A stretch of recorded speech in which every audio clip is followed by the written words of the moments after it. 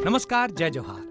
क्या आप भी गवर्नमेंट एग्जाम्स की तैयारी करना चाहते हैं? क्या आप भी मेमोरी टेक्निक्स और ट्रिक्स के जरिए बहुत ही कम समय में स्मार्ट स्टडी करना चाहते हैं? क्या आप चाहते हैं कि सीजी व्यापम टॉपर आपको पढ़ाए?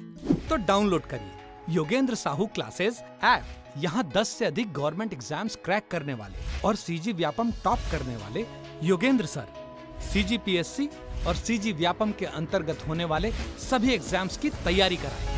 तो डाउनलोड करिए Yogendra Sahu classes app to be the best, learn from the best.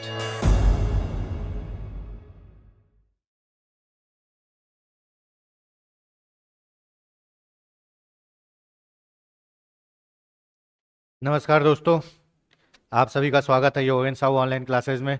मैं आपका दोस्त, आपका होस्ट, आपका ट्यूटर दीपक इस प्लेटफॉर्म में आपका स्वागत करता हूं।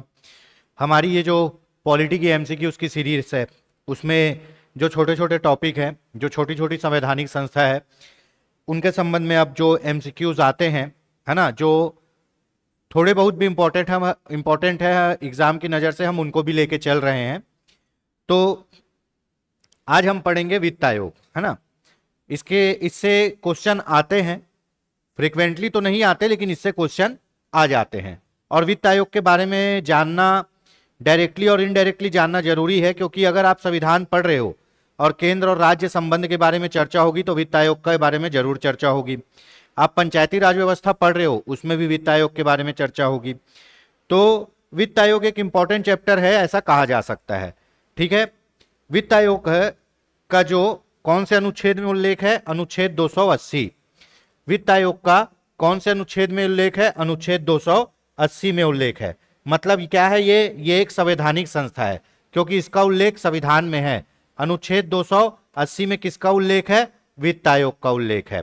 ठीक है, वित्त आयोग मतलब ये एक संस्था है। वित्त आयोग में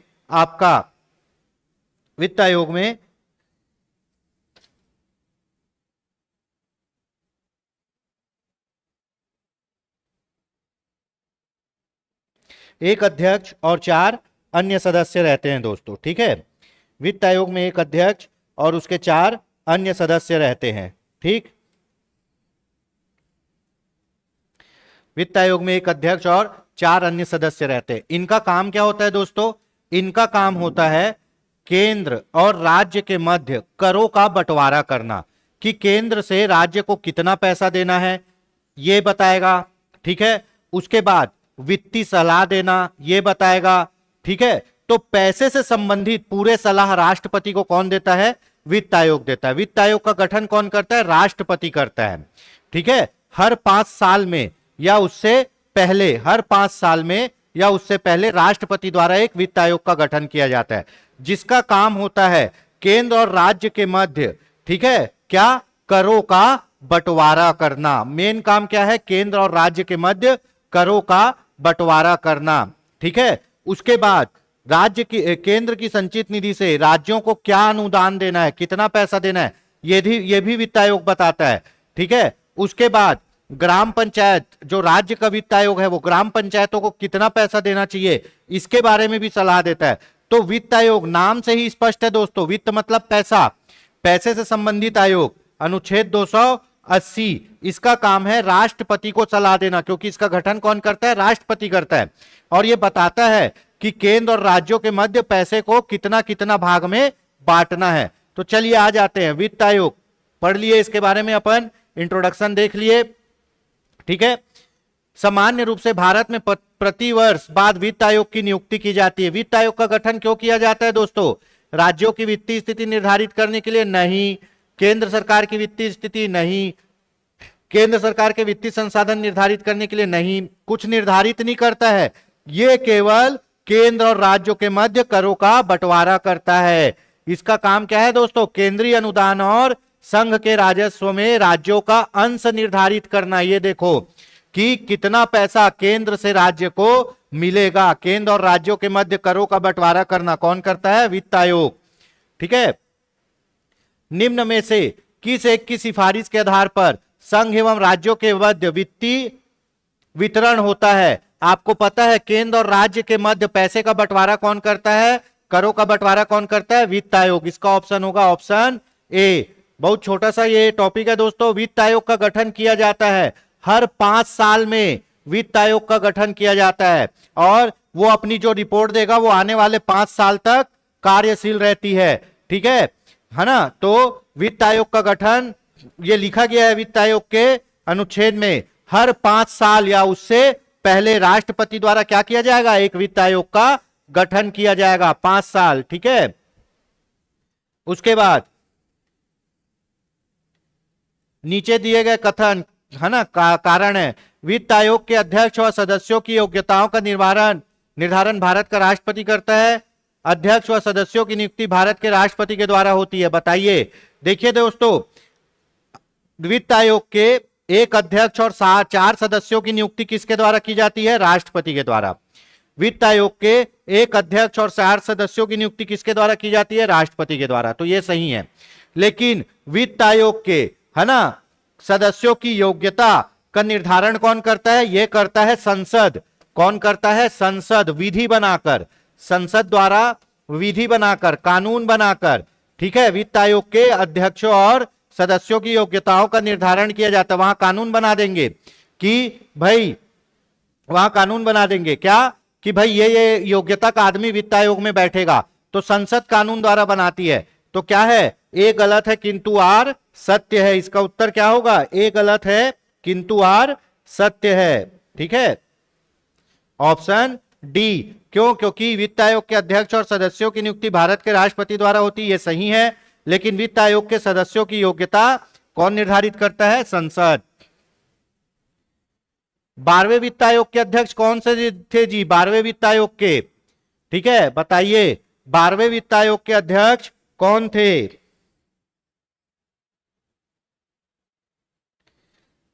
ठीक है, 12वें वित्त आयोग के अध्यक्ष थे आपके सी रंगराजन, आरबीआई के गवर्नर थे सी रंगराजन।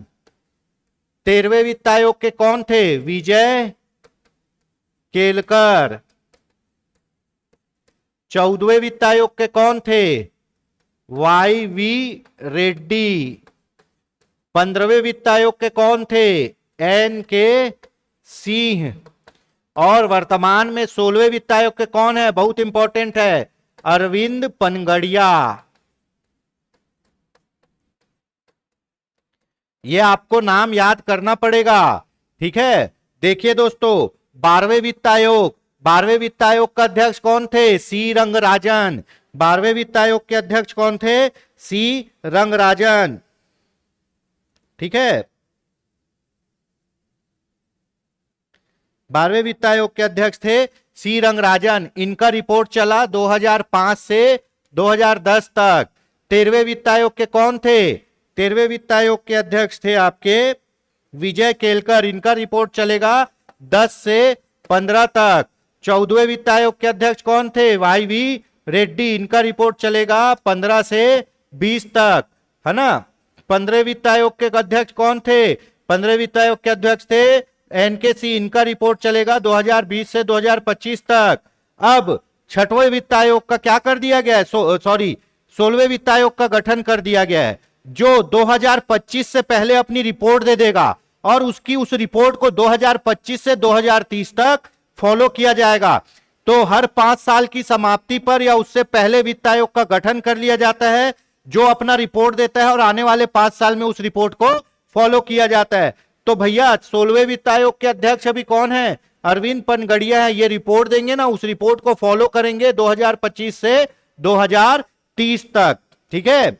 ये हो गया। तो 12वें वित्त आयोग के अध्यक्ष कौन थे जी, 12वें वित्त आयोग के अध्यक्ष सी रंगराजन जी थे, आरबीआई के गवर्नर थे। 13वें वित्त आयोग के अध्यक्ष कौन थे, विजय केलकर थे, ठीक है। वित्त आयोग का एक अध्यक्ष होता है और कितने अन्य सदस्य होते हैं, 4 अन्य सदस्य होते हैं। वित्त आयोग के एक अध्यक्ष होते हैं और 4 अन्य सदस्य।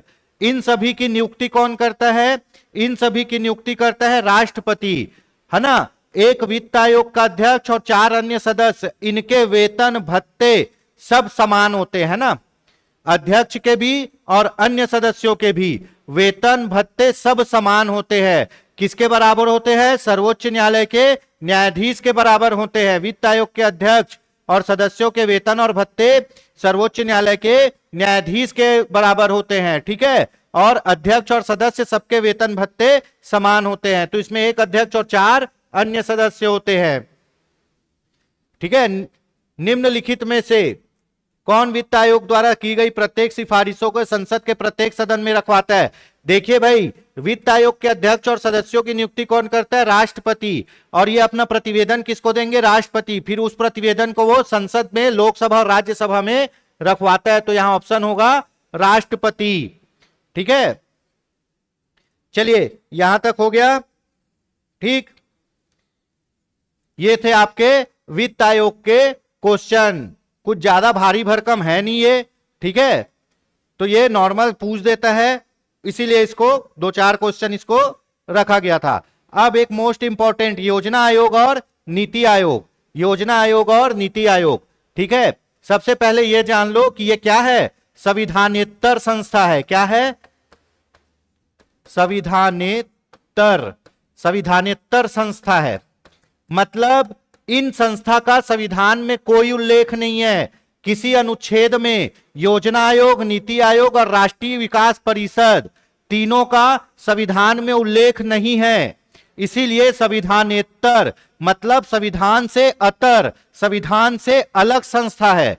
इन संस्थाओं को मंत्री परिषद एक विधि बनाकर स्थापित की है। ठीक है, संसद में इन संस्थाओं को मंत्री परिषद एक कानून बनाकर स्थापित की है। यह मंत्री परिषद और संसद द्वारा बनाई गई संस्था है। इनका संविधान में उल्लेख नहीं है, इसीलिए बोलते हैं इनको संविधानेतर संस्था। ठीक है, तो दोस्तों जब हम आजाद हुए, है ना, जब हम आजाद हुए तो हमारी विकास की स्थिति बहुत दयनीय थी। अब हमको विकास करना है। आजादी के बाद चारों तरफ देश में भूखमरी, बेरोजगारी फैली हुई थी। तो भैया कोई भी काम को करने से पहले योजना बनाना जरूरी है। कोई भी काम को करने से पहले योजना बनाना जरूरी है। तो हमारे देश में पंचवर्षीय योजना चालू की गई। हमारे देश में कुल 12 पंचवर्षीय योजना चली है। तो हमारे देश में पंचवर्षीय योजना चलाना चालू किया गया 1951 से। तो पंचवर्षीय योजना कौन बनाता था? योजना आयोग बनाता था। पंचवर्षीय योजना कौन बनाता था? योजना आयोग बनाता था। और पंचवर्षीय योजना को फाइनल अप्रूवल कौन देता था? पंचवर्षीय योजना को फाइनल अप्रूवल कौन देता था? राष्ट्रीय विकास परिषद देता था। कौन देता था? राष्ट्रीय विकास परिषद। और राष्ट्रीय विकास परिषद में सभी राज्यों के मुख्यमंत्री, प्रधानमंत्री, ये सब लोग रहते थे। इसीलिए राष्ट्रीय विकास परिषद को सुपर कैबिनेट कहा जाता था। क्या कहा जाता था? Super cabinet. सुपर कैबिनेट क्यों? क्योंकि प्रधानमंत्री भी है ना, और सभी राज्यों के मुख्यमंत्री भी हैं, तो उसको सुपर कैबिनेट कहा जाता था। ठीक है, तो योजना कौन बनाता था? योजना आयोग। ठीक है, योजना को, है ना, अंतिम अनुमोदन कौन देता था? फाइनल अप्रूवल राष्ट्रीय विकास परिषद। ठीक, फिर मोदी जी आए 2014 में, और मोदी जी को लगा कि योजना आयोग और राष्ट्रीय विकास परिषद में बहुत भ्रष्टाचार व्याप्त है ना, ठीक से विकास नहीं हो पा रहा है। ठीक है, तो उन्होंने 1 जनवरी 2015 को योजना आयोग और राष्ट्रीय विकास परिषद को खत्म कर दिया। योजना आयोग और राष्ट्रीय विकास परिषद दोनों को खत्म कर दिया गया। उसके जगह तीसरी एक संस्था बना दी जिसका नाम रखा क्या? नीति आयोग, है ना। तीसरी एक संस्था बना दी जिसका नाम रखा नीति आयोग। नीति आयोग किसके खत्म होने से बना है? योजना आयोग और राष्ट्रीय विकास परिषद। उसको खत्म करके 1 जनवरी 2015 को क्या बना दिया गया? नीति आयोग, है ना, national institution for transforming India. National institution for transforming India, इसका फुल फॉर्म पूछा जाता है, national institution for transforming India, है ना। तो इसी का शॉर्ट फॉर्म क्या है दोस्तों? इसी का शॉर्ट फॉर्म है नीति आयोग। ठीक है, अब पता नहीं ये भ्रष्ट है कि ये अच्छे से काम कर रहा है ना, इसका तो कुछ समझ ही नहीं आता है, बस आंकड़े जारी कर देता है, ऐसा है वैसा है, ये है वो है ना। क्या समीक्षा हो रही, क्या रिपोर्ट हो रही, किसी को समझ नहीं आ रहा है, बस चल रहा है नीति आयोग। ठीक है, तो ये हो गया आपका नीति आयोग और योजना आयोग का एक बेसिक इंट्रोडक्शन। चलिए क्वेश्चन देखते हैं। भारत में नीति आयोग की स्थापना कब की गई? जनवरी 2015 में। किसके द्वारा की गई दोस्तों? आपको पता है कि यह संविधान में नहीं है। किसके द्वारा की गई है? संघीय मंत्री परिषद द्वारा पारित एक विशिष्ट प्रस्ताव से। मतलब आपको जो मंत्री परिषद है उन्होंने एक प्रस्ताव पारित करके क्या बनाया है, नीति आयोग। और ऐसे ही प्रस्ताव पारित करके क्या बनाया गया था, योजना आयोग और राष्ट्रीय विकास परिषद, दोनों को खत्म करके अब क्या बना दिया गया है 1 जनवरी 2015 से नीति आयोग। संघीय मंत्री परिषद द्वारा पारित एक विशिष्ट प्रस्ताव से इसकी निर्माण हुई है। ठीक है, योजना आयोग को प्रतिस्थापित करते हुए मतलब खत्म करते हुए निम्नांकित में से किस दिन NITI Aayog, national institution for transforming India, अस्तित्व में आया है? 1 जनवरी 2015 से। बहुत पूछा जाता है क्वेश्चन दोस्तों। 1 जनवरी 2015 को क्या बना था, नीति आयोग बना। ठीक है, अगला क्वेश्चन देखते हैं, योजना आयोग की स्थापना कब हुई थी? योजना आयोग की स्थापना हुई थी 15 मार्च क्या 1950 को। योजना आयोग की स्थापना कब हुई थी दोस्तों? एक बार डेट कंफर्म कर लेते हैं, 15 मार्च 1950 ही होगा।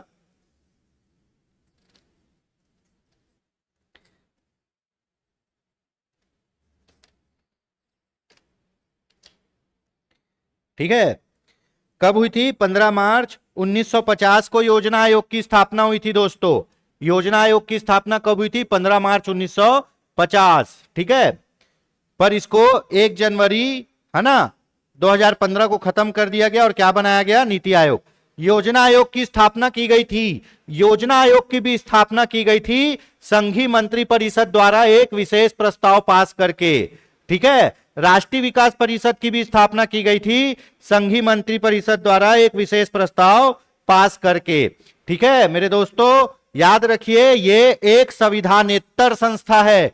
बार बार इतना पूछा है ये क्वेश्चन कि कौन सी संवैधानिक संस्था है। संवैधानिक संस्था मतलब जिसका संविधान में उल्लेख हो, है ना। संविधानेतर संस्था मतलब जिसका संविधान में कोई उल्लेख नहीं है। योजना आयोग, राष्ट्रीय विकास परिषद, नीति आयोग, ये सब क्या है, ये है संविधानेतर संस्था।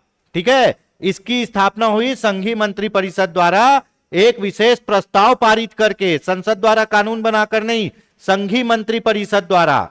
ठीक है, आ गया क्वेश्चन, निम्नलिखित में से कौन सा एक संविधानेतर संस्था है? संविधानेतर संस्था है ना, संघ लोक सेवा आयोग, बेस्ट ऑफ माई नॉलेज अनुच्छेद 315, वित्त आयोग अनुच्छेद 280, निर्वाचन आयोग अनुच्छेद 324, ये सब का संविधान में उल्लेख है, लेकिन नीति आयोग का कोई अनुच्छेद नहीं है। तो नीति आयोग क्या होगा, संविधानेतर संस्था होगी। ठीक है, भारत के योजना आयोग के प्रथम अध्यक्ष कौन था? देखिए दोस्तों, योजना आयोग का पदेन अध्यक्ष कौन होता है? प्रधानमंत्री। योजना आयोग का पदेन अध्यक्ष कौन होता है? प्रधानमंत्री। राष्ट्रीय विकास परिषद का पदेन अध्यक्ष कौन होता है? प्रधानमंत्री। दोनों को खत्म कर दिया गया, नीति आयोग बनाया गया। नीति आयोग का पदेन अध्यक्ष कौन है? प्रधानमंत्री ही है। इसका जो पदेन अध्यक्ष होता है वो है प्रधानमंत्री, है ना। उसके बाद इसका एक पूर्वकालिक क्या होता है? उपाध्यक्ष होता है। ठीक है, चलिए, भारत के योजना आयोग के प्रथम अध्यक्ष कौन थे? 15 मार्च 1950 को योजना आयोग बना। योजना आयोग के पदेन अध्यक्ष होते हैं प्रधानमंत्री। उस समय प्रधानमंत्री कौन थे? पंडित जवाहरलाल नेहरू। तो वही इसके क्या बन गए? पदेन अध्यक्ष बन गए। योजना आयोग का अध्यक्ष, पदेन अध्यक्ष कौन होता है जी? योजना आयोग का पदेन अध्यक्ष होता है प्रधानमंत्री। वैसे ही राष्ट्रीय विकास परिषद का पदेन अध्यक्ष कौन होता है? प्रधानमंत्री। और दोनों को खत्म कर दिया गया, 1 जनवरी 2015 को बनाया गया नीति आयोग। तो नीति आयोग का भी पदेन अध्यक्ष कौन है? प्रधानमंत्री है। ठीक है, भारत के राष्ट्रीय विकास परिषद कब की गई? राष्ट्रीय विकास परिषद, है ना, कब इसको गठित किया गया? बताइए। राष्ट्रीय विकास परिषद, जैसे योजना आयोग बना वैसे ही राष्ट्रीय विकास परिषद भी बना। ठीक है, इसका गठन किया गया 6 अगस्त 1952 को। 6 अगस्त 1952 को। और राष्ट्रीय विकास परिषद को क्या बोला जाता है? सुपर कैबिनेट बोला जाता है। सुपर कैबिनेट, क्योंकि इसमें इसके अध्यक्ष होते हैं प्रधानमंत्री और सभी राज्यों के मुख्यमंत्री इसके क्या होते हैं? सदस्य होते हैं। और योजना आयोग के सदस्य भी इसके सदस्य होते हैं। तो सभी लोग आ गए, तो इसलिए सुपर कैबिनेट। ये बना कब? ये बना 6 अगस्त 1952 को। योजना आयोग कब बना था? 15 मार्च 1950। 15 मार्च 1950 को। ठीक है, नीति आयोग कब बना? 1 जनवरी 2015 को। राष्ट्रीय विकास परिषद का मुख्य संबंध किससे है? बताइए। पंचवर्षीय योजनाओं के अनुमोदन से, ग्रामीण विकास योजनाओं के क्रियान्वयन से, विकास योजनाओं के निर्माण से, केंद्र तथा राज्य के वित्तीय संबंध से। केंद्र तथा राज्य के वित्तीय संबंध में कौन आ जाएगा? वित्त आयोग।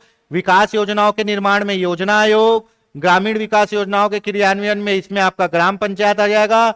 ये आएगा राष्ट्रीय विकास परिषद। पंचवर्षीय योजनाओं का फाइनल अनुमोदन, पंचवर्षीय योजनाओं को, है ना, फाइनल अप्रूवल कौन देता था दोस्तों? पंचवर्षीय योजनाओं को फाइनल अप्रूवल राष्ट्रीय विकास परिषद देता था दोस्तों। पंचवर्षीय योजनाओं को फाइनल अप्रूवल राष्ट्रीय विकास परिषद देता था दोस्तों। ठीक है, याद रखिए, है ना। योजनाओं का निर्माण योजना आयोग करता था, लेकिन उस योजना को फाइनल अप्रूवल राष्ट्रीय विकास परिषद देता था।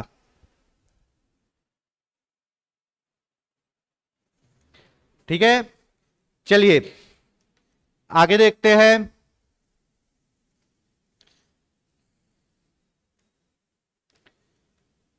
मोस्ट इंपॉर्टेंट चैप्टर है क्या? चुनाव आयोग, निर्वाचन आयोग, भाग 15, अनुच्छेद 324 से 329। बहुत इंपॉर्टेंट टॉपिक है दोस्तों, निर्वाचन आयोग। निर्वाचन आयोग मतलब चुनाव आयोग। चुनाव आयोग मतलब वो आयोग जो चुनाव करवाता है, वो आयोग जो चुनाव के लिए काम करता है।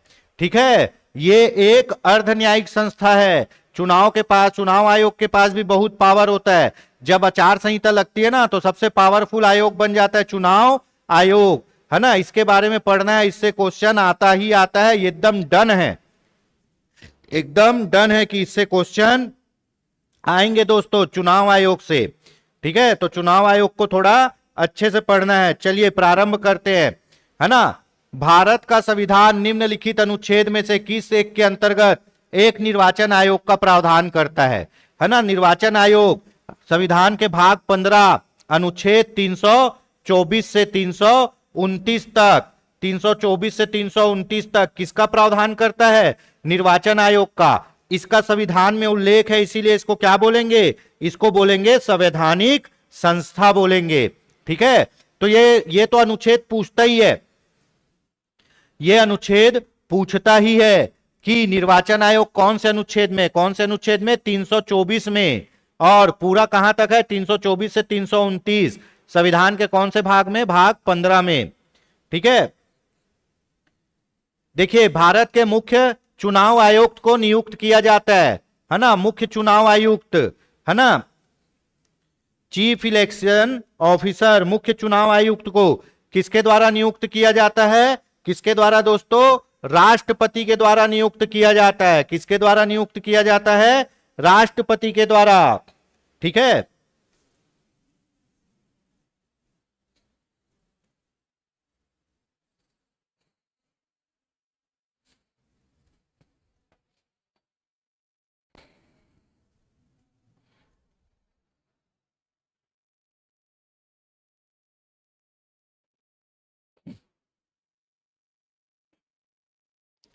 ठीक है। तो दोस्तों चुनाव आयोग, है ना, एक संवैधानिक संस्था है।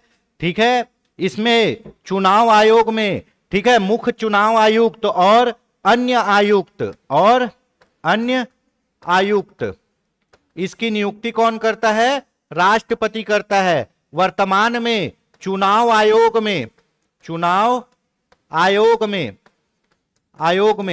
एक मुख्य चुनाव आयुक्त और 2 अन्य आयुक्त, है ना। टोटल कितने लोग हैं? 3 लोग हैं। पहले जब चुनाव आयोग बना था तब ये 3 सदस्य था। बीच में इसको, जब पहले चुनाव आयोग बना तो ये 1 सदस्य ही था।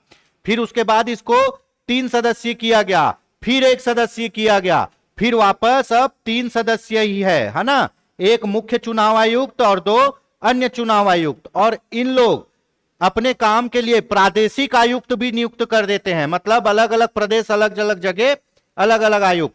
तो मुख्य चुनाव आयोग में मुख्य 3 लोग हैं। चुनाव आयोग में मुख्य 3 लोग हैं। एक है मुख्य चुनाव आयुक्त और 2 अन्य चुनाव आयुक्त। इनकी नियुक्ति कौन करता है दोस्तों? इनकी नियुक्ति करता है राष्ट्रपति। ठीक है, इनकी नियुक्ति करता है राष्ट्रपति, है ना। पहले निर्वाचन आयोग 1 सदस्यीय था, ठीक है, फिर उसमें अतिरिक्त निर्वाचन आयुक्त जोड़े गए, फिर 3 सदस्यीय हुआ और अभी भी 3 सदस्यीय है। ठीक है, यहां तक समझ में आ गया, है ना। मुख्य चुनाव आयुक्त और अन्य चुनाव आयुक्त की नियुक्ति राष्ट्रपति द्वारा की जाती है। चलिए, निम्नलिखित कथनों पर विचार कीजिए। भारत के निर्वाचन आयुक्त को उच्चतम न्यायालय के न्यायाधीश के बराबर वेतन और भत्ते प्राप्त होते हैं। बिल्कुल सही है, इसको उच्चतम न्यायालय के न्यायाधीश के बराबर वेतन और भत्ते प्राप्त होते हैं। ठीक है, उसके बाद भारत के निर्वाचन आयुक्त को मुख्य निर्वाचन आयुक्त का कार्यकाल पद ग्रहण करने के 6 वर्ष की अवधि और 65 वर्ष की अवधि तक जो भी पहले हो। ठीक है, यह भी सही है ना। एक चुनाव आयुक्त किसी भी समय मुख्य चुनाव आयुक्त को संबोधित अपने हस्ताक्षरित त्याग पत्र दे सकता है। बिल्कुल नहीं। देख लो दोस्तों, है ना, तीनों कथन, बहुत अच्छा डिस्कशन होने वाला है। आपको पता है भारत के चुनाव आयोग में एक मुख्य चुनाव आयुक्त रहता है, 2 अन्य आयुक्त रहते हैं। ये तीनों की नियुक्ति करता है राष्ट्रपति। इनको वेतन और भत्ते मिलते हैं, सर्वोच्च न्यायालय के न्यायाधीश के बराबर वेतन और भत्ते मिलते हैं। ये बिल्कुल सही बात है, इनके वेतन भत्ते सब बराबर होंगे। ठीक है,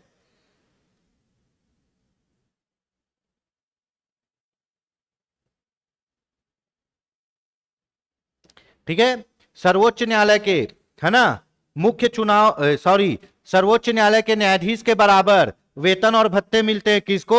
मुख्य चुनाव आयुक्त को और उसके साथ वाले अन्य चुनाव आयुक्त को। मुख्य चुनाव आयुक्त और अन्य चुनाव आयुक्त के कार्य और शक्तियां भी बराबर होती है। मुख्य चुनाव आयुक्त और अन्य चुनाव आयुक्त के कार्य और शक्तियां भी बराबर होती है। ठीक है, यह भी हो गया। भारत के निर्वाचन आयुक्त के मुख्य निर्वाचन आयुक्त का कार्यकाल पद ग्रहण करने की 6 वर्ष की अवधि और 65 वर्ष की आयु जो भी पहले हो। ठीक है, या तो इनका कार्यकाल 6 साल रहेगा या फिर 65 वर्ष की आयु तक जो भी पहले हो। अगर कोई आदमी 58 साल में बनता है तो वो 6 साल तक रहेगा, है ना। अगर कोई आदमी 62 साल में बनता है तो वो 65 साल तक रहेगा। ठीक है, या तो वो पूरा 6 साल काटेगा या फिर 65 वर्ष की आयु तक काटेगा। तो ये भी सही है। एक चुनाव आयुक्त किसी भी समय अपना त्याग पत्र किसको दे देगा बोल रहा है? मुख्य चुनाव आयुक्त को। ऐसा नहीं है, मुख्य चुनाव आयुक्त या दोनों अन्य चुनाव आयुक्त। आपको पता है 3 सदस्यीय है। मुख्य चुनाव आयुक्त या दोनों अन्य चुनाव आयुक्त अपना त्याग पत्र किसको देंगे? राष्ट्रपति को। तो तीसरा ऑप्शन गलत है। तो क्या होगा? पहला और दूसरा ही सही है। तो ऑप्शन होगा क्या?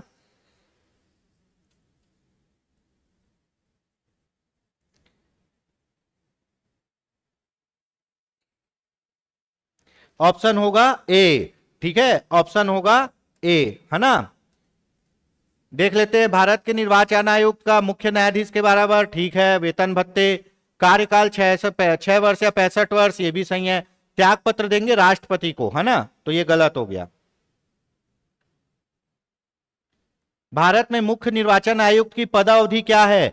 कार्यकाल क्या है जी? 6 वर्ष या 65 वर्ष की आयु जो भी पहले हो। एज इट इज यही लिखा है संविधान में, या तो 6 साल तक रहेगा या 65 साल तक जो भी पहले हो। ठीक है, अब इसको देख लीजिए। मान लो, है ना, एक आदमी जो है वो चुनाव आयोग में गया, वो गया 55 साल की उम्र में। तो 55 साल से वो 6 साल रहेगा। 55 6 61 साल तक रहेगा, है ना। 61 साल में रिटायर हो गया। दूसरा आदमी गया है कितना? 62 साल में। तो 62 साल में गया है तो वो 6 साल तक नहीं रहेगा, वो रह पाएगा 65 साल तक। या तो 6 साल पहले हो या 65 साल पहले हो। ठीक है, चलिए। मुख्य चुनाव आयुक्त को पदच्युत किया जा सकता है। मुख्य चुनाव आयुक्त को, है ना, किसके द्वारा बताइए? किसके द्वारा?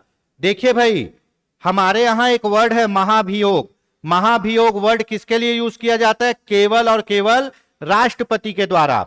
ठीक है, और उसके बाद कुछ बड़े बड़े पदाधिकारियों को भी महाभियोग जैसी प्रक्रिया, उनके लिए महाभियोग वर्ड यूज नहीं किया जाएगा। महाभियोग जैसी प्रक्रिया से हटाया जाते, जैसे सर्वोच्च न्यायालय के न्यायाधीशों को, है ना। उसके बाद चुनाव आयोग के आयुक्तों को, कैसे उच्च न्यायालय के न्यायाधीशों को जैसे पद से हटाते हैं ना, वैसे ही इसको भी हटाएंगे। और उच्च न्यायालय के न्यायाधीशों को पद से कैसे हटाते हैं? महाभियोग जैसी प्रक्रिया से हटाते हैं। महाभियोग जैसी प्रक्रिया में क्या होता है कि भाई अगर मान लो संसद के दोनों सदनों में से, लोकसभा राज्यसभा में से कोई भी एक सदन हटाने के प्रस्ताव को उपस्थित और मतदान देने वालों के 2/3 बहुमत से और कुल सदस्य संख्या के बहुमत से हटा देता है, तो यह प्रस्ताव कहां जाएगा? दूसरे सदन में। दूसरे सदन में भी 2/3 बहुमत और कुल सदस्य संख्या के बहुमत से पास हो जाता है, ठीक है, तो वो आदमी हट जाता है ना। ऐसे ही महाभियोग होता है। तो यही प्रक्रिया से हटाया जाता है। किसको? सर्वोच्च न्यायालय के न्यायाधीशों को, चुनाव आयुक्त को, है ना। संसद के दोनों सदनों के सदस्यों के 2/3 बहुमत से क्या प्रमाणित कदाचार पर, मतलब वो अच्छे से काम नहीं कर रहा है तो उसको हटाने का प्रस्ताव लाए, संसद के दोनों सदन ने वो प्रस्ताव को 2/3 बहुमत से पास कर दिया, फिर वो जाएगा राष्ट्रपति के पास और राष्ट्रपति बोलेगा अब इसको हटा दो, तो उसको हटा देंगे। तो इसका आंसर होगा बी और डी दोनों, है ना। हटाता राष्ट्रपति है, हटाएगा राष्ट्रपति, पर कब हटाएगा जी? जब संसद के दोनों सदन 2/3 बहुमत से प्रस्ताव पारित कर दे तभी हटाएगा। अपने मन से राष्ट्रपति भी नहीं हटा सकता, अपने मन से संसद भी नहीं हटा सकता, पर संसद पहले क्या करेगा? 2/3 बहुमत से प्रस्ताव पारित कर राष्ट्रपति को भेजेगा, राष्ट्रपति बोलेगा हटा दो, तो वो हटता है, ठीक है। चलिए नीचे दिए गए वक्तव्य है, संसद तथा राज्य विधानमंडल के स्वतंत्र तथा निष्पक्ष चुनाव करने की शक्तियां एक स्वतंत्र इकाई अर्थात निर्वाचन आयोग को दी गई है। बहुत सही है ना, ठीक है। आपका निर्वाचन आयोग संसद का चुनाव कराता है और राज्य विधानमंडल का। संसद में आता है लोकसभा राज्यसभा, राज्य विधानमंडल में आता है विधानसभा और विधान परिषद। निर्वाचन आयुक्त को पद से हटाने का अधिकार कार्यपालिका के पास है, कार्यपालिका बोल रहा है, ठीक है। बताइए अब।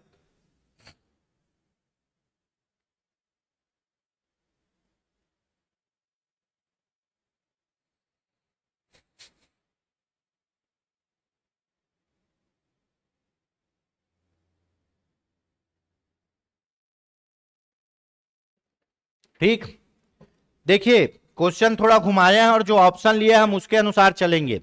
संसद तथा राज्य विधानमंडल का चुनाव करने के लिए ये तो सही है, चुनाव आयोग। निर्वाचन आयुक्त को कैसे हटाया जाता है? उच्च न्यायालय के न्यायाधीशों को जैसे हटाया जाता है, कैसे? कदाचार सिद्ध होने पर, दोनों सदन में 2/3 बहुमत से। तो हमारे यहां कार्यपालिका क्या है? संसद है ना जी, कार्यपालिका संसद है, तो संसद के द्वारा हटाया गया है। तो यहां पे ए सही है, आर भी सही है, लेकिन दोनों का कोई संबंध नहीं है। तो ए और आर दोनों सही है, लेकिन सही स्पष्टीकरण नहीं है, ठीक है। मुख्य चुनाव आयुक्त को पदच्युत किया जा सकता है, किस प्रक्रिया से किया जा सकता है? बताइए। मुख्य चुनाव आयुक्त को किस तक प्रक्रिया से पदच्युत किया जाता है? बहुत बढ़िया क्वेश्चन है। भारत के मुख्य न्यायाधीश से नहीं, नहीं, है ना। संसद के दोनों 2/3 बहुमत यहां लिखा हुआ है, और क्या लिखा हुआ है? उस प्रक्रिया द्वारा जो सर्वोच्च न्यायालय के न्यायाधीशों पर लागू होती है।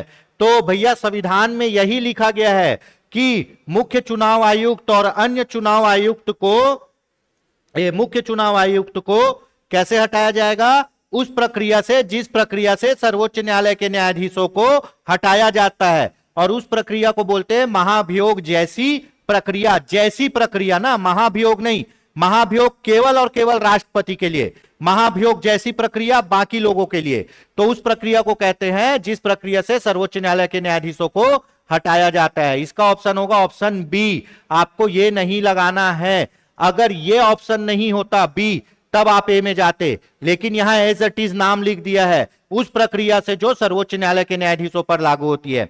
क्यों? क्योंकि इनको वेतन और भत्ते भी सर्वोच्च न्यायालय के न्यायाधीश के बराबर ही मिलते हैं। ऑप्शन होगा ऑप्शन बी, ठीक है।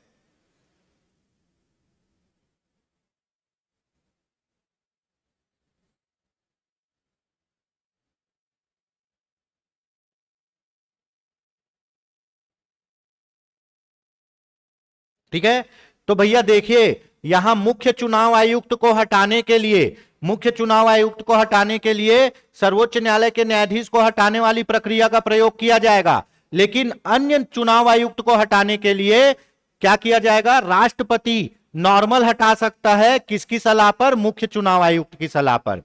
मुख्य चुनाव आयुक्त को हटाना है तो आपको 2/3 बहुमत वाला प्रक्रिया का पालन करना पड़ेगा, जिसको बोलते हैं उच्चतम न्यायालय के न्यायाधीश को हटाने वाली प्रक्रिया।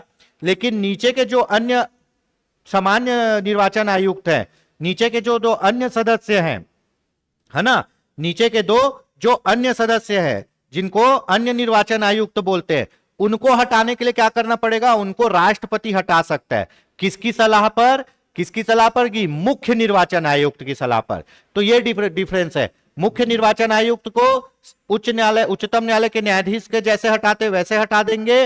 अन्य आयुक्तों को मुख्य निर्वाचन आयुक्त की सलाह पर राष्ट्रपति द्वारा हटाया जाएगा। ठीक है, चलिए आगे देखते हैं। निर्वाचन आयुक्त को हटाया जा सकता है, आ गया क्वेश्चन, निर्वाचन आयुक्त को हटाया जा सकता है मुख्य निर्वाचन आयुक्त के परामर्श पर राष्ट्रपति द्वारा। यहां पे 2/3 बहुमत वाला काम नहीं आएगा। ठीक है, 2/3 बहुमत केवल किसके लिए काम आएगा? मुख्य निर्वाचन आयुक्त के लिए। अन्य निर्वाचन आयुक्त को हटाना है तो राष्ट्रपति किसकी सलाह पर हटा सकता है? मुख्य निर्वाचन आयुक्त की। ठीक है, चलिए देखते हैं। भारत के निर्वाचन आयोग का कार्य है, ठीक है, आपको पता है कि भाई लोकसभा, राज्यसभा, विधानमंडल, विधानसभा, विधान परिषद का चुनाव कौन कराता है? निर्वाचन आयुक्त कराता है। राष्ट्रपति और उपराष्ट्रपति का चुनाव भी निर्वाचन आयुक्त कराता है। किसी राज्य में स्वतंत्र एवं निष्पक्ष चुनाव कराने के लिए अनुकूल दशा ना होने पर राष्ट्रपति शासन लगाने की संस्तुति ये नहीं करता। राष्ट्रपति शासन लगाने की संस्तुति राज्यपाल करता है। निर्वाचन सूचियां तैयार करने में कार्य का निरीक्षण, निर्देशन, नियंत्रण करना। आपका जो वोटिंग लिस्ट भी कौन तैयार करता है? वोटर आईडी भी कौन बनाता है? निर्वाचन आयोग बनाता है। तो ये काम करता है 1, 2 और 4। 3 नंबर का काम, राष्ट्रपति शासन लगाने का काम निर्वाचन आयोग का नहीं है। वो किसका है? वो किसकी सलाह से लगता है? राज्यपाल की सलाह से लगता है। तो इसका ऑप्शन क्या होगा? 1, 2 और 4। गलत टाइप हुआ है, सब तीनों एक ही टाइप हो गया है। देखते हैं क्या है।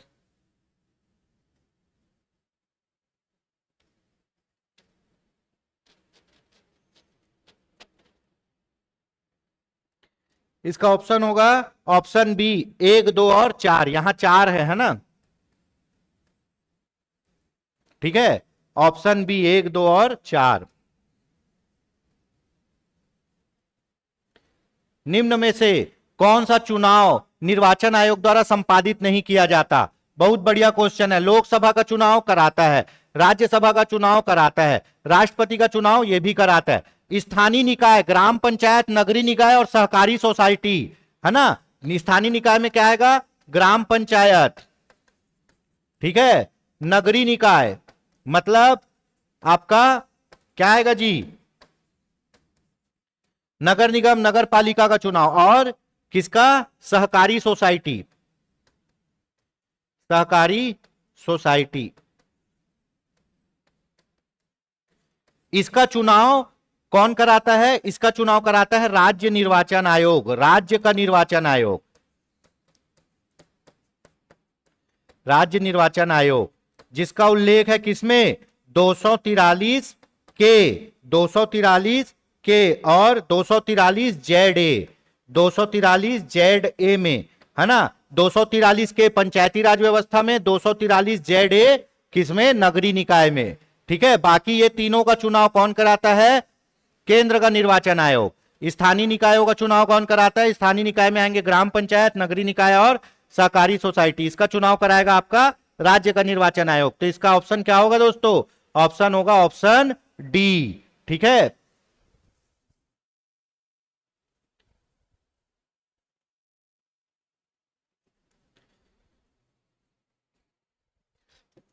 ठीक है, ये हमारे आज के क्वेश्चन हो गए दोस्तों। बाकी क्वेश्चन अपन नेक्स्ट क्लास में करते हैं, है ना? कितने क्वेश्चन है देख लेते हैं।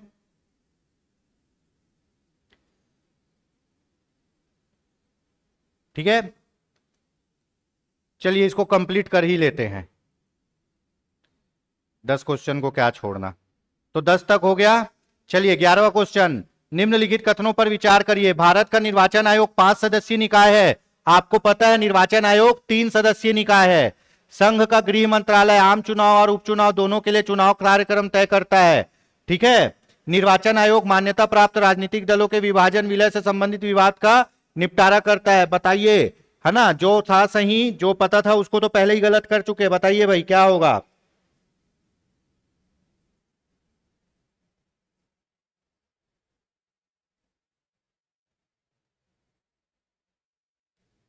ठीक है। आईएएस प्री का क्वेश्चन है, भारत का निर्वाचन आयोग 5 सदस्यीय है क्या दोस्तों? नहीं, 3 सदस्यीय है। गृह मंत्रालय चुनाव के लिए चुनाव कार्यक्रम तय करता है क्या? नहीं, गृह मंत्रालय नहीं करता। कौन करता है चुनाव कार्यक्रम? चुनाव कार्यक्रम तय करता है कौन? निर्वाचन आयोग, जो 324 में है। हाँ, निर्वाचन आयोग एक काम करता है, मान्यता प्राप्त राजनीतिक दलों के विभाजन और विलय से संबंधित विवाद को निपटाता है। अब मान लो बीजेपी टूट के कोई तीसरा दल बन गया, कांग्रेस टूट के कोई चौथा दल बन गया, कोई 2 दल जुड़ के नया दल बन गए, तो वो विवादों को कौन निपटाएगा? निर्वाचन आयोग निपटाएगा। तो इसमें क्या सही है? केवल सी 3 सही है, केवल डी सही है। ठीक है, केवल 3 सही है निर्वाचन आयोग के। ठीक है। निम्न में से किसका संबंध चुनाव आयोग से नहीं है? ठीक है, चुनाव चिन्ह बांटना चुनाव आयोग करता है। चुनाव की वैधता का निपटारा चुनाव आयोग करता है। शांतिपूर्ण चुनाव कराना यह भी चुनाव आयोग करता है। चुनाव की अधिसूचना कौन जारी करता है जी? केंद्र में राष्ट्रपति, केंद्र में राष्ट्रपति और राज्य में राज्यपाल। ठीक है। देखिए दोस्तों, आपका जो निर्वाचन आयोग है ना, आपका जो निर्वाचन आयोग है वो राष्ट्रपति को बोलेगा कि भाई इस दिन चुनाव करवा देते हैं, तो वो अधिसूचना कौन जारी करेगा? राष्ट्रपति जारी करेगा। भले बताएगा निर्वाचन आयोग, लेकिन लेटर पर सिग्नेचर किसका रहेगा? राष्ट्रपति का रहेगा। तो अधिसूचना कौन जारी करता है?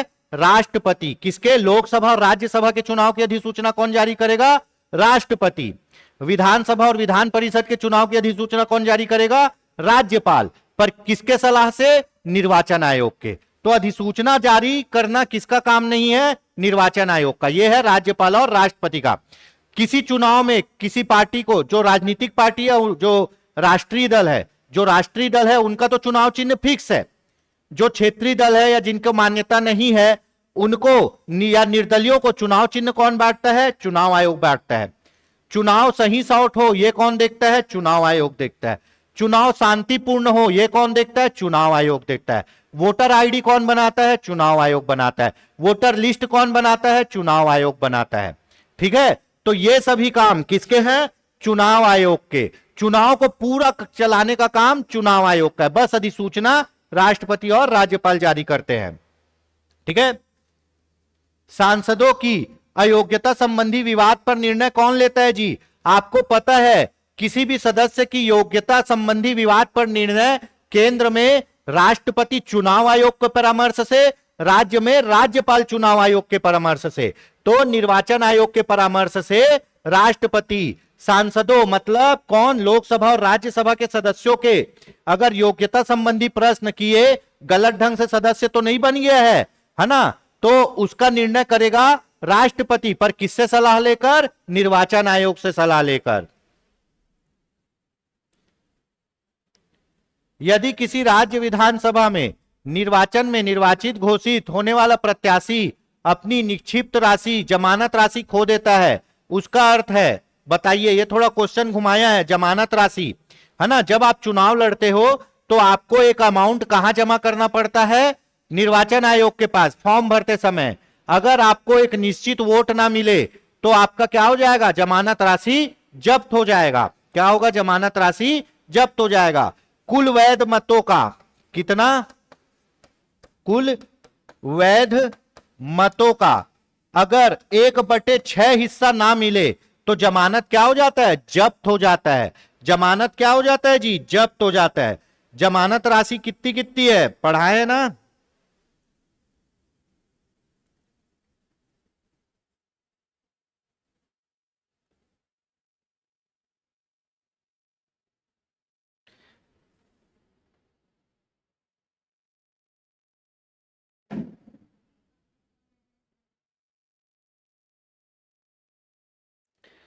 ठीक है।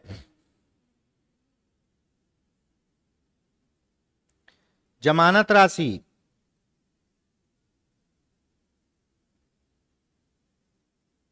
ठीक है। लोकसभा में सामान्य अभ्यर्थी के लिए जमानत राशि कितना है? 25,000। और है ना, अनुसूचित जाति और जनजाति के लिए कितना है? 12,500। तभी आप चुनाव के साथ इतना पैसा, चुनाव फॉर्म के साथ इतना पैसा जमा करोगे तो चुनाव लड़ोगे। ये पैसा आपको तब मिलेगा वापस जब आप कुल वैध मतों का 1/6 हिस्सा प्राप्त कर लोगे। अगर कुल वैध मतों का 1/6 हिस्सा प्राप्त नहीं हुए तो जमानत जब्त बोलते हैं। जमानत जब्त मतलब बहुत बेइज्जती, आपको कम से कम वोट भी नहीं मिला है तो चुनाव क्या जीतोगे। इसलिए जमानत जब्त होना बहुत बेइज्जती की बात होती है ना। तो जमानत जब्त कब होगा जी? जब क्या हो? चुनाव लड़ने वाले प्रत्याशियों की संख्या बहुत अधिक हो। अगर मान लो 2 आदमी चुनाव लड़ रहे हैं और 10 वोट मिला है टोटल, जिसमें से एक आदमी को 4 वोट और एक को 6 मिला है, तो दोनों का जमानत जब्त नहीं होगा क्योंकि 1/6 मत तो प्राप्त कर लिए हैं। ठीक है। लेकिन अगर 10 चुनाव लड़ रहे हैं और टोटल 10 वोट मिला और 10 में 8 लोग चुनाव लड़ रहे हैं, 8 को एक एक मत मिल गया, तो किसी को कुल वैध मत का 1/6 मिला क्या? नहीं मिला। तो ऐसे में क्या हो जाएगा? जमानत जब्त हो जाएगी। जब प्रत्याशियों की संख्या बहुत अधिक रहती है तो न्यूनतम मत नहीं प्राप्त होता, इसीलिए जमानत जब्त हो जाती है। चलिए देखते हैं। चुनाव की घोषणा होते ही राजनीतिक दलों को आचार संहिता का पालन करना होता है। बहुत सही। लोग पूछते हैं आचार संहिता कब से लगती है? जिस दिन है ना केंद्र में राष्ट्रपति और राज्यों में राज्यपाल चुनाव की तिथि घोषित करता है, उसी दिन से आचार संहिता लागू हो जाती है। आचार संहिता मतलब वो नियम कानून जिनको राजनीतिक दलों को पालन करना पड़ेगा। अगर उस नियम कानून के अनुसार नहीं चलेंगे तो फिर चुनाव आयोग क्या करता है? एक्शन ले लेता है। तो आचार संहिता मतलब वो नियम कानून जिनका पालन करना होगा। और ये कब से लग जाता है? जिस दिन से क्या होता है? चुनाव की तिथि घोषित होती है, चुनाव की घोषणा होती है, उसी दिन से आचार संहिता लग जाता है। आदर्श आचार संहिता को संसद ने अधिनियमित किया है। आदर्श आचार संहिता को संसद ने कानून द्वारा बनाया है। बताइए भाई।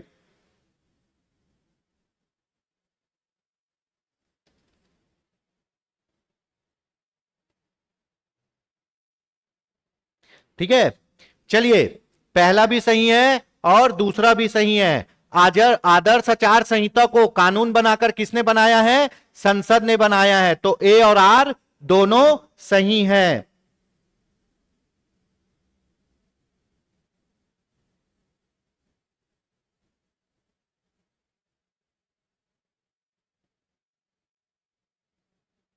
सॉरी, ए सही है और आर गलत है।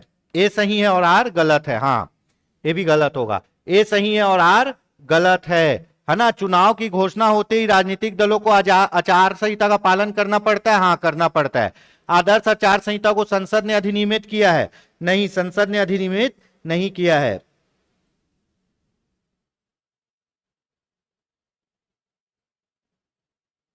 ठीक है। आदर्श आचार संहिता को राजनीतिक दलों की सहमति से बनाया गया है निर्वाचन आयोग द्वारा। संसद द्वारा नहीं बनाया गया है, निर्वाचन आयोग द्वारा राजनीतिक दलों की सहमति से बनाया गया है। तो पहला सही है, दूसरा गलत है। ठीक है। भारत में मताधिकार और निर्वाचित होने का अधिकार कौन सा अधिकार है? यह है विधिक अधिकार। कौन सा है? कानूनी अधिकार है दोस्तों। हमेशा याद रखना, कानूनी अधिकार है। ठीक है।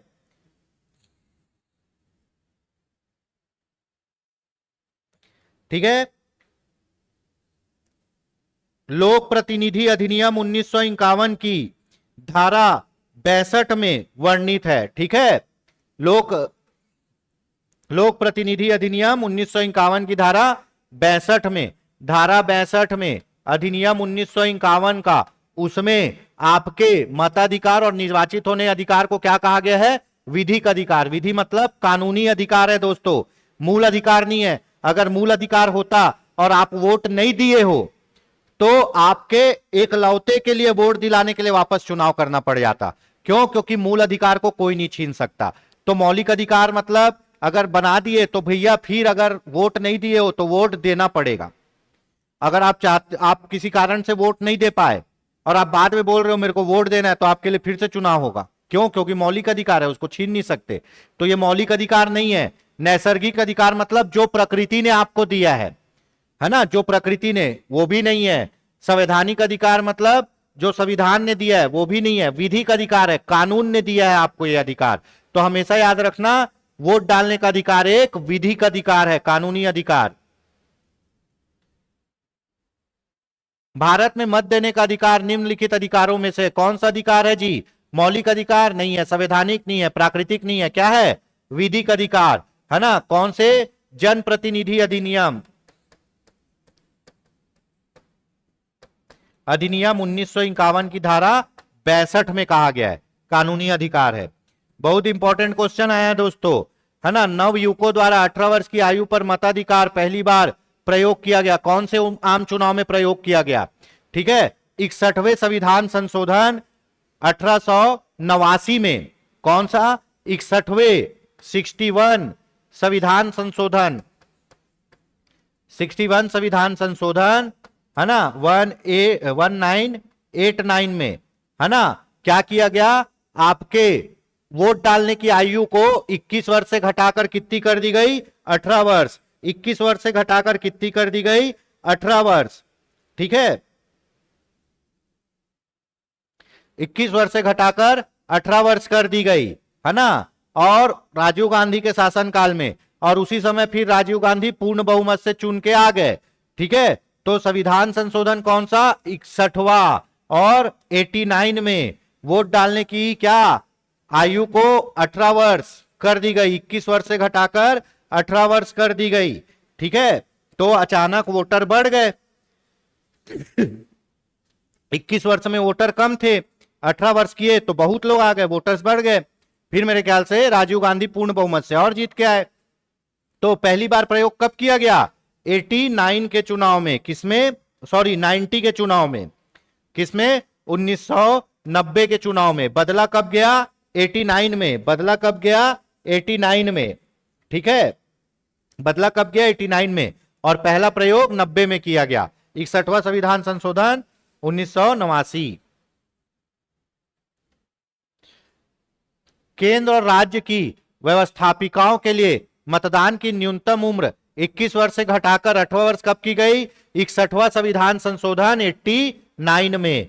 ठीक है, 61वां संविधान संशोधन 89 में। बहुत पूछता है ये। मोस्ट इंपॉर्टेंट क्वेश्चन, संविधान के किस अनुच्छेद में वयस्क मताधिकार को मान्यता दी गई है? वोट देने का अधिकार कौन से अनुच्छेद में लिखा गया है? पीएससी का क्वेश्चन है। वोट देने का अधिकार कौन से? अनुच्छेद 326 में। अनुच्छेद 324 में निर्वाचन आयोग चालू हुआ है, अनुच्छेद 326 में। किसमें? अनुच्छेद 326 में आपको क्या वयस्क मताधिकार को मान्यता दी गई है, वोट देने का अधिकार, अनुच्छेद 326। ये पूछा गया है दोस्तों बहुत बार।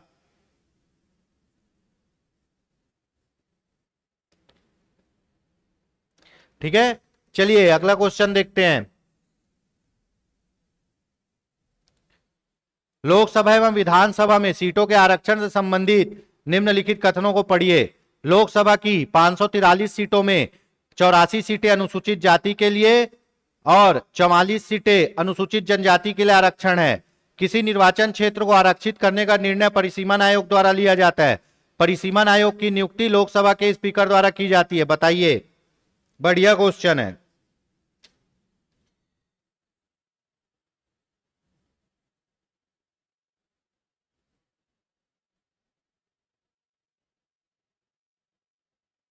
ठीक है, चलो देखते हैं।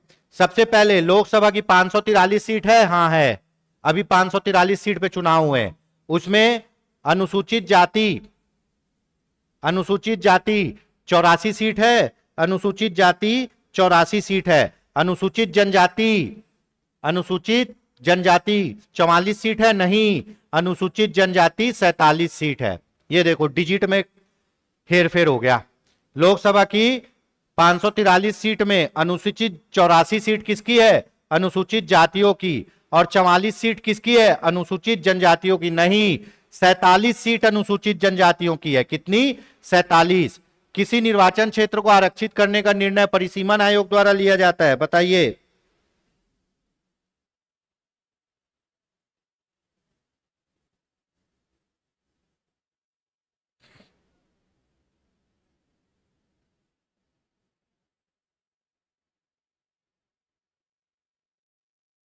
ठीक है। हाँ, किसी भी निर्वाचन क्षेत्र को आरक्षण करने का निर्णय परिसीमन आयोग द्वारा लिया जाता है, परिसीमन आयोग द्वारा लिया जाता है, यह सही है। परिसीमन आयोग की नियुक्ति लोकसभा स्पीकर द्वारा की जाती नहीं, परिसीमन आयोग की नियुक्ति लोकसभा स्पीकर द्वारा नहीं की जाती। संविधान के अनुच्छेद 82 के तहत संसद द्वारा बनाई गई विधि के अंदर अधीन केंद्र सरकार द्वारा परिसीमन आयोग की नियुक्ति किसके द्वारा की जाती है जी? केंद्र सरकार द्वारा, ना कि स्पीकर द्वारा। तो पहला और तीसरा गलत है, दूसरा सही है ना? तो ऑप्शन सी कथन पहला और तीसरा गलत है लेकिन दूसरा सही है। पहला इसीलिए गलत है कि अनुसूचित जनजातियों के लिए आरक्षण 47 सीट है। दूसरा इसलिए सही है कि परिसीमन आयोग क्या करता है? चुनाव क्षेत्र बताता है, इतने क्षेत्र को बना के एक चुनाव सीट बनाओ, इतने क्षेत्र को मिला के एक सीट बनाओ। तो परिसीमन करता है, बांधता है जगह को, कौन? परिसीमन आयोग। और आरक्षण का निर्णय करता है, और परिसीमन आयोग की नियुक्ति केंद्र सरकार द्वारा की जाती है। तो ऑप्शन 1, 2, 1, 3 गलत है, दूसरा सही है। नीचे दिए कथनों पर विचार कीजिए। भारत के प्रथम निर्वाचन आयुक्त सुकुमार सेन थे, बिल्कुल सही थे।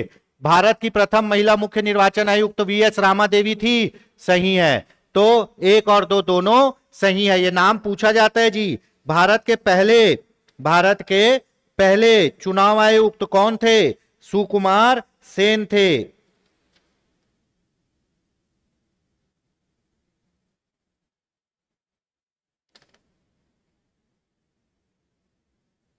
भारत के पहले चुनाव आयुक्त कौन थे? सुकुमार सेन। और पहली महिला चुनाव आयुक्त कौन थी?